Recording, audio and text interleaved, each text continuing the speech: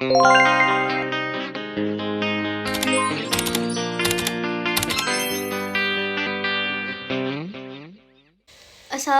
warahmatullahi wabarakatuh. Perkenalkan, saya Yumna Khairi dengan NIM 21042376. Baiklah, pada kesempatan kali ini saya akan menyampaikan yaitu yang pertama, otomasi perkantoran, yang kedua, sistem pendukung keputusan, yang ketiga, sistem pendukung eksekutif. Baik, pertama-tama saya akan menyampaikan yaitu otomasi perkantoran.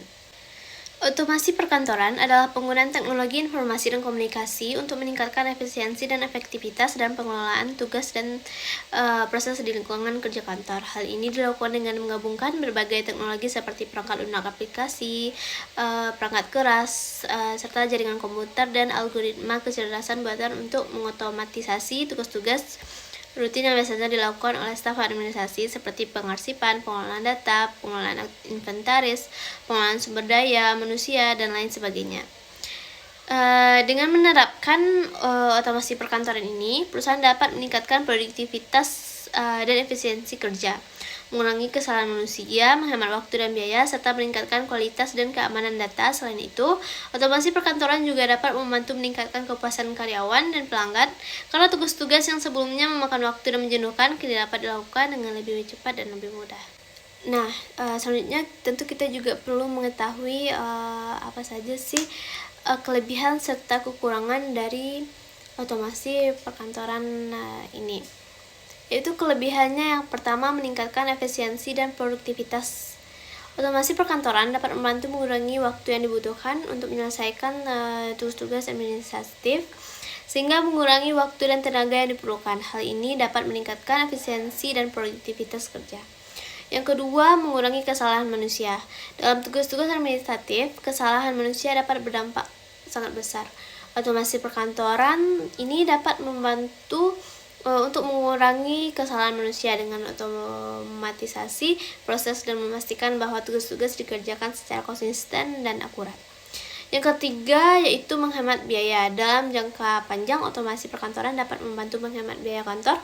Hal ini karena otomasi dapat mengurangi biaya tenaga kerja dan meningkatkan efisiensi. Selanjutnya kita akan membahas mengenai kekurangannya. Yang pertama, membutuhkan investasi besar. Mengimplementasi sistem otomasi perkantoran dapat membutuhkan investasi yang signifikan. Hal ini mungkin menjadi tantangan bagi perusahaan kecil yang tidak memiliki anggaran yang cukup besar.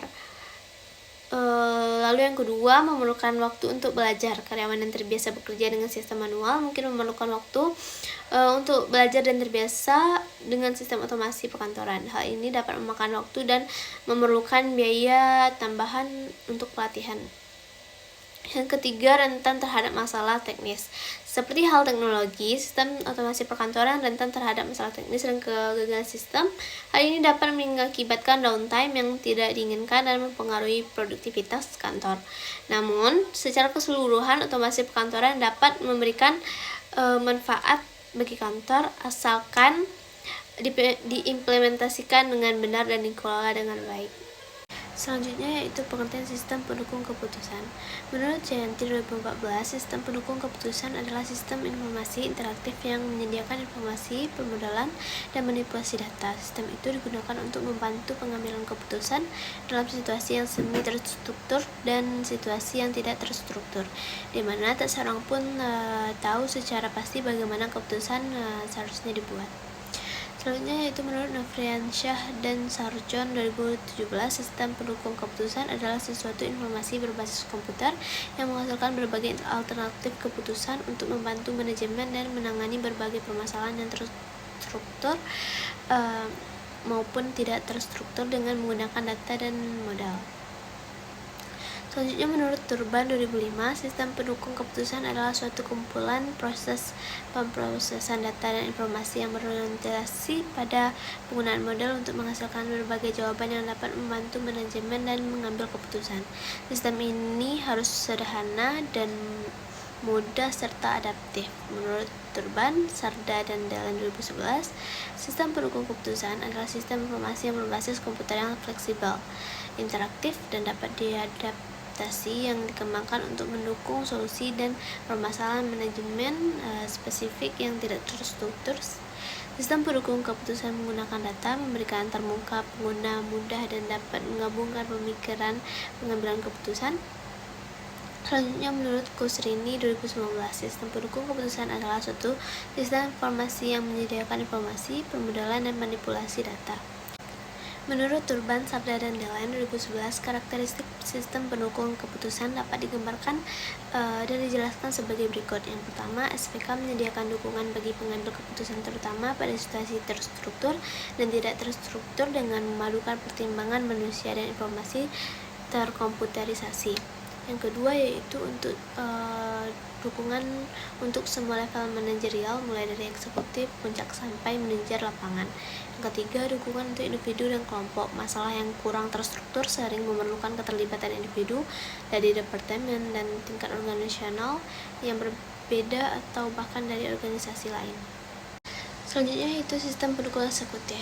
Ini adalah sistem informasi yang dirancang untuk membantu eksekutif dan manajer tingkat atas dalam mengambil keputusan yang strategis. Sistem ini biasanya didasarkan pada teknologi data warehousing dan data mining untuk mengumpulkan, menganalisis, dan menyajikan data dari berbagai sumber.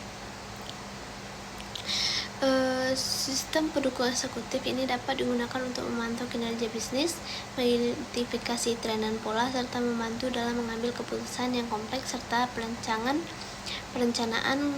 strategis dan alokasi sumber daya dan analisis risiko.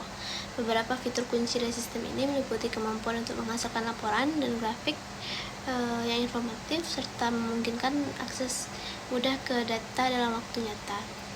Dengan ini menggunakan sistem pendukung eksekutif dan manajer tingkat atas dapat memperoleh informasi yang lebih akurat, terperinci tentang kinerja perusahaan sehingga dapat membuat keputusan yang lebih cepat, tepat, dan efektif untuk mengatasi tantangan bisnis yang dihadapi.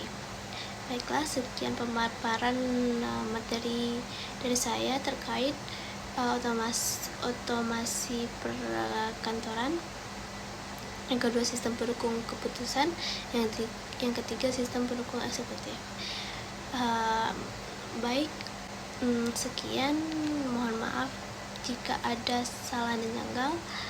Saya sudahi. Wabillahi taufiq wal hidayah. Assalamualaikum warahmatullahi wabarakatuh.